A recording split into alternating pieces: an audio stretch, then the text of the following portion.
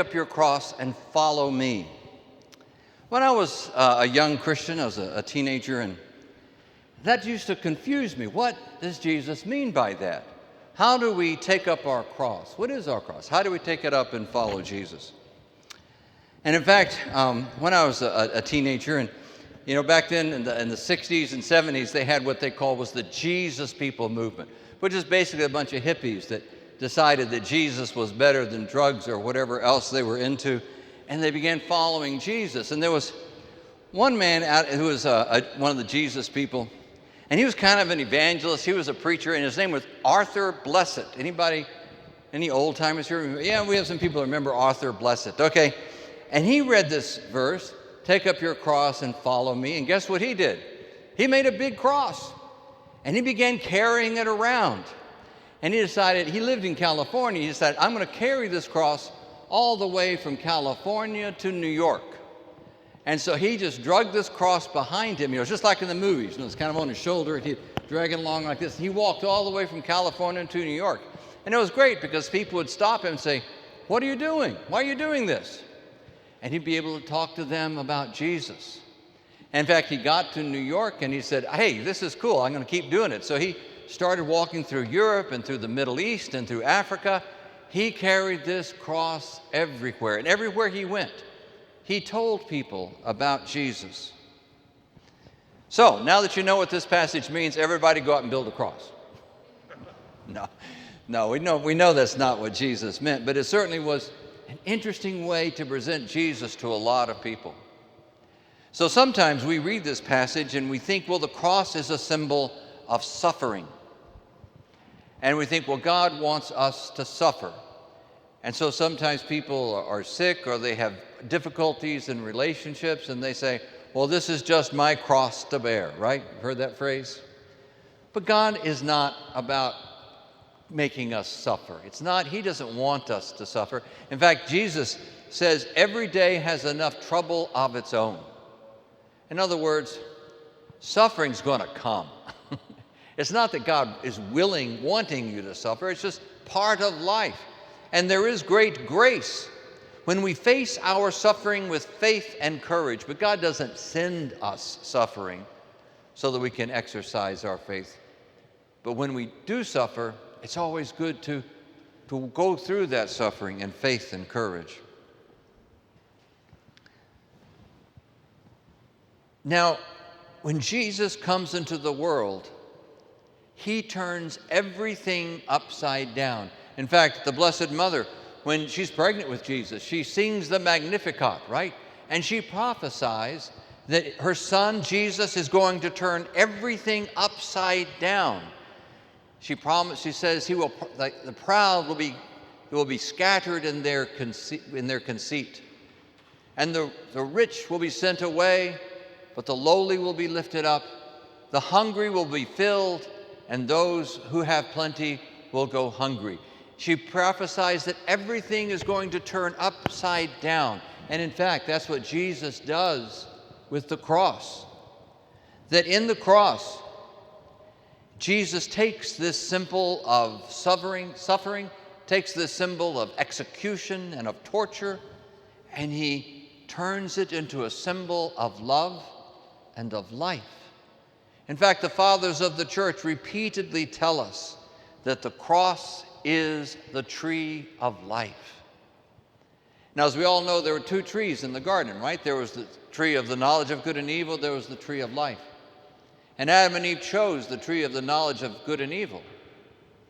And it troubles me sometimes when I see sometimes people in the church trying to turn the church into the tree of the knowledge of good and evil. They think, well, the purpose of the church is to tell everybody what they're doing wrong. Ever been to churches like that, where they want to tell everybody what they're doing wrong?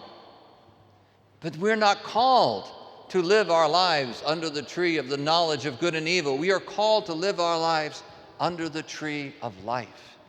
Live our lives with our eyes to the cross, where love and life pours out as the blood and water poured from Christ's side. So how do we take up our cross? Because in In this turning of things upside down, Jesus turns this cross from a symbol of torture, a symbol of suffering, a symbol of death, into that symbol of sacrificial love. And for Christ, the cross begins when he empties himself of his heavenly benefits to become human, to become one of us, experiences everything that we experience, goes through life just like we do. And in that, his purpose, his mission is to teach us who God truly is.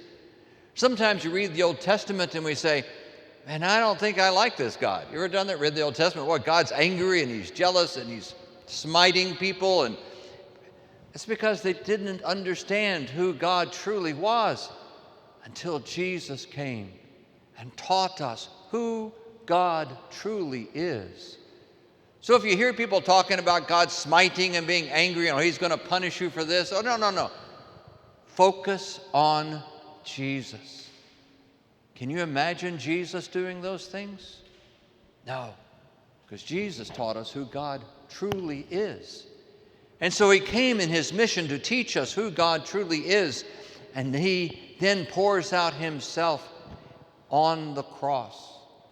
And by his death on the cross, reverses the fall, reverses the sin of Adam, so that we can enjoy fellowship and relationship with God, just as Adam and Eve did in the garden before the fall.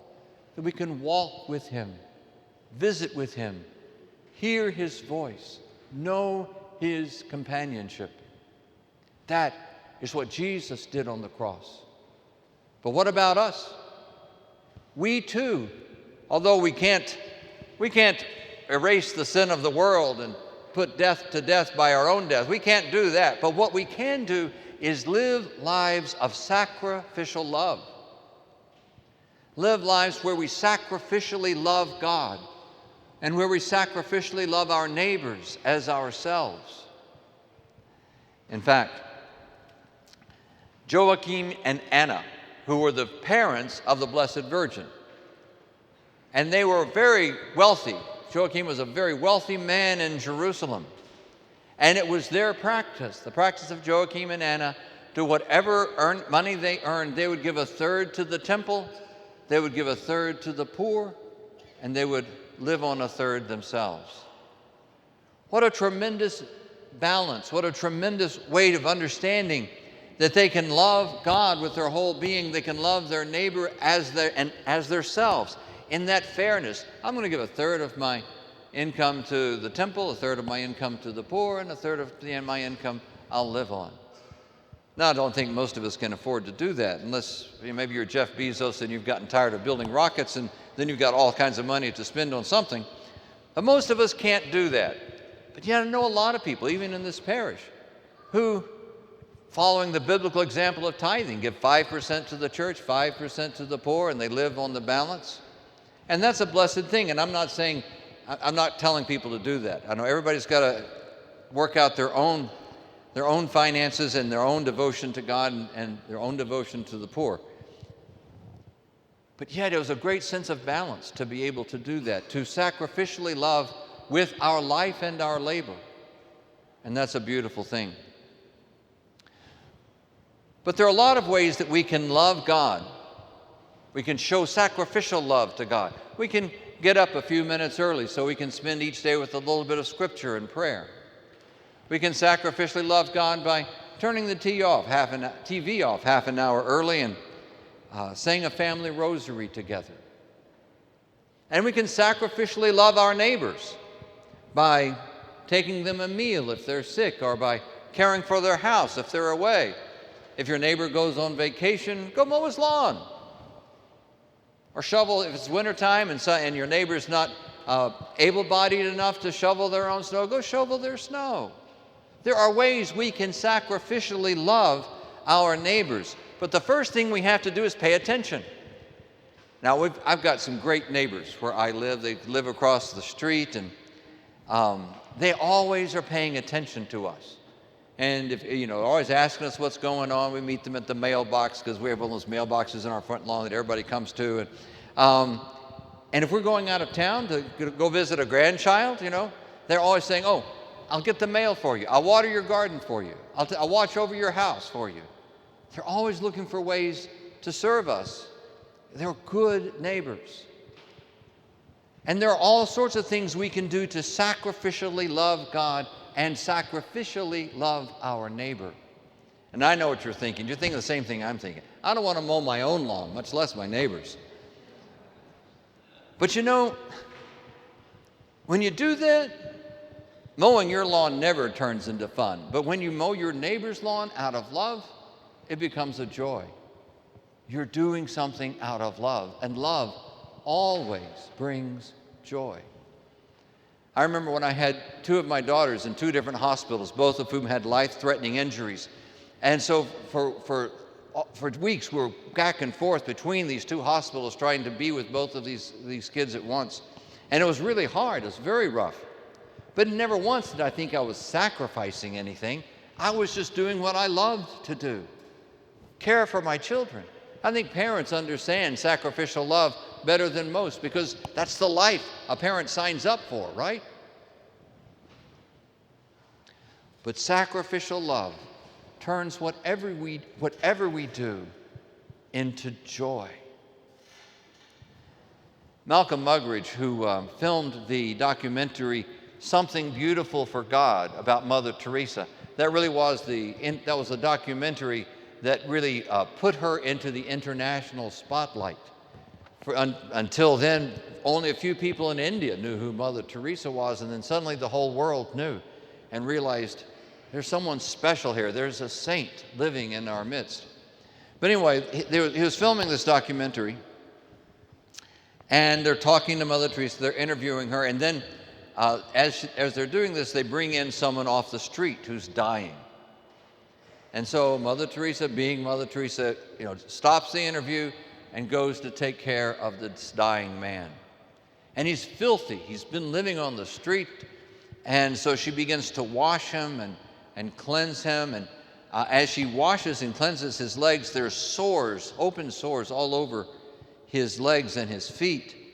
And so she's washing out these open sores, and she begins pulling maggots out of the open sores in the man's body.